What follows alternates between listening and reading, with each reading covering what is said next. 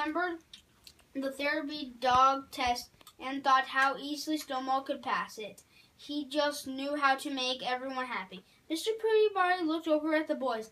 His cheeks were pink and she was smiling broadly. Just then, there was another knock on the door. Mr. Peabody asked a woman in a white uniform, stepping into the room, "Sorry to bother you, but it's time for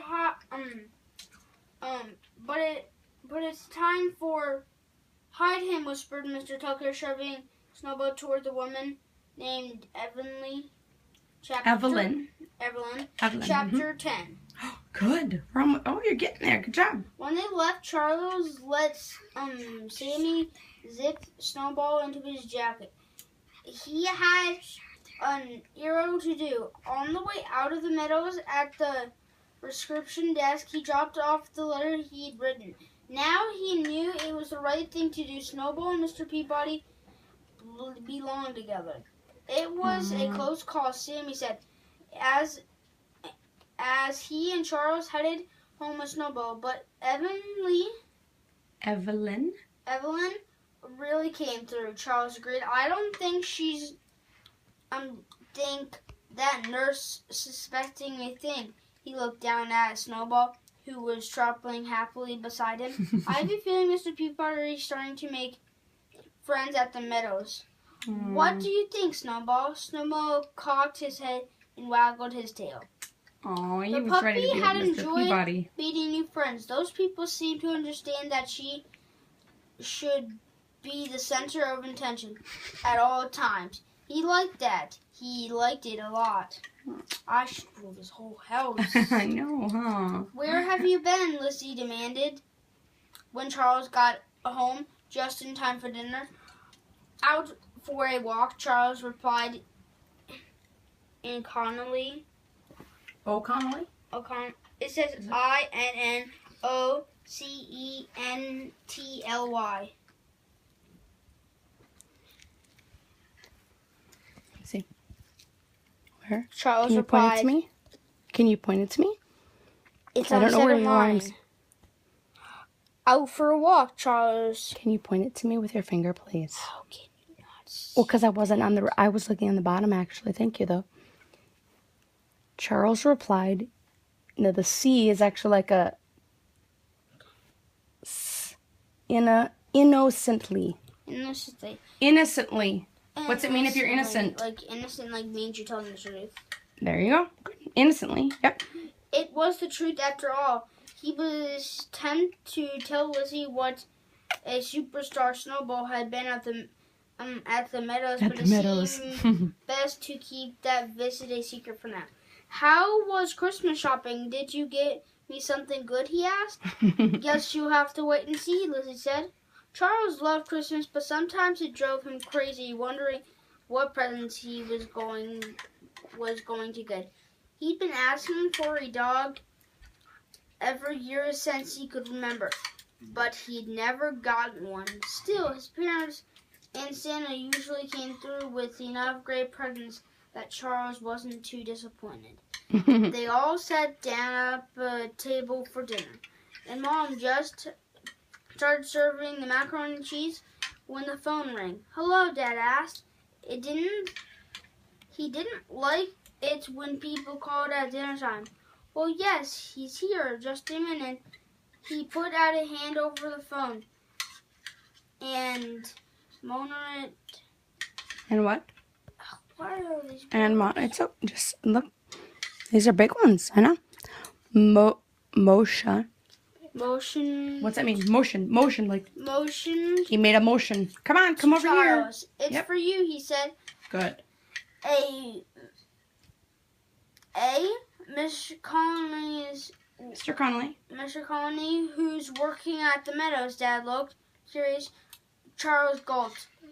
Had someone found out Snowball's visit? He took the phone his dad handed him and cleared his throat. Hello? He asked. "This is Charles." Good, he walked Brandon. into the living room so he could talk privately in case he was in big trouble. A few minutes later, he came back into the kitchen, hung up the phone, How do you talk? and How did he sound? and burst up with a cheer. Yes, he cried. What is it? Asked your mother. Something about your grandbuddy? Sure, Charles said. It was about Snowball, too. I think I found him a home. I knew it. He's going to be at the meadows with him. Found him a home. He explained everything. He turned out that small dogs were allowed at the meadows as long as they were well behaved. Mr. Collins wanted to come over and meet Snowball. She wanted to make sure he was the kind of dog that would fit in at the meadows. So she'll be here in half an hour, Charles finished. What's tonight? He said, and his mother asked. Charles nodded. I want to give Snowball to Mr. Peabody for Christmas. There's no time to waste. His mother threw up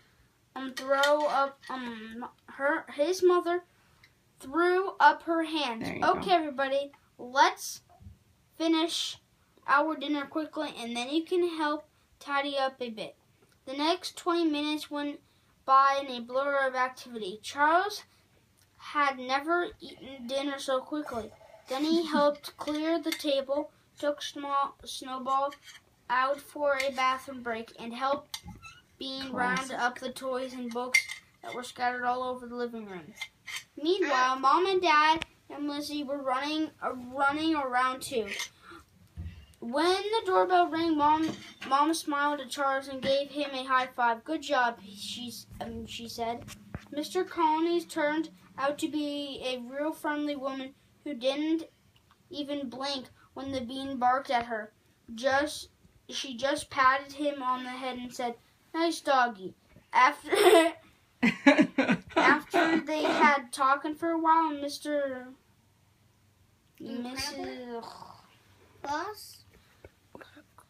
Collins Finally said, "So where is this puppy I've heard about?"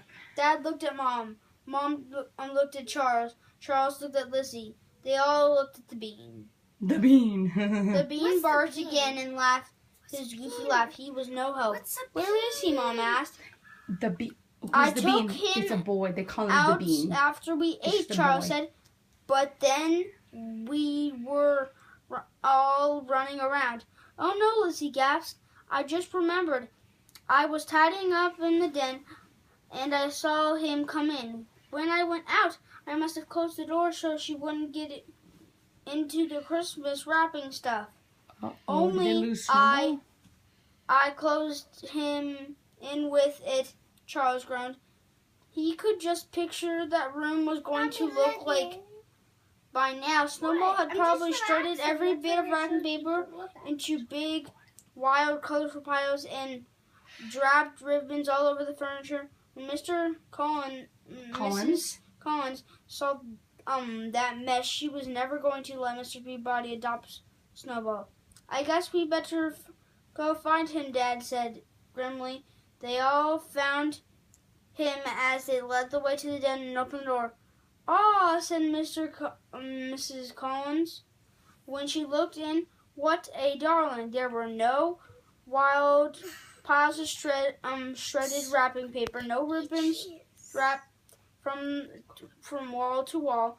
There were just a few fluffy white Snowball curtained up into a little nest of red tissue paper. She opened an eye and thumped his tail when he woke up to see everyone looking at him. Snowball couldn't understand why everyone was laughing. What was all the fuss about? He had no idea what's so funny. He was just trying to take a nap. Hello. Hello? Hi. Hello. Well, I'm just talking about dogs, so let's go. So what are the meadows? The meadows. Don't you know what the meadows are? No, I'm saying, are the meadows... Where did you go that was someplace like the meadows? Park? Oh. Where did you visit with your school from Forestdale? Place called Sunrise? Oh. That's what the meadows is. Oh. So it's a living place for older people that can't quite live by themselves, but it's the same thing. Okay? All right, I love you. I'm going to turn this off now, okay? Is that enough? Yes. Recording you? Okay. Love you.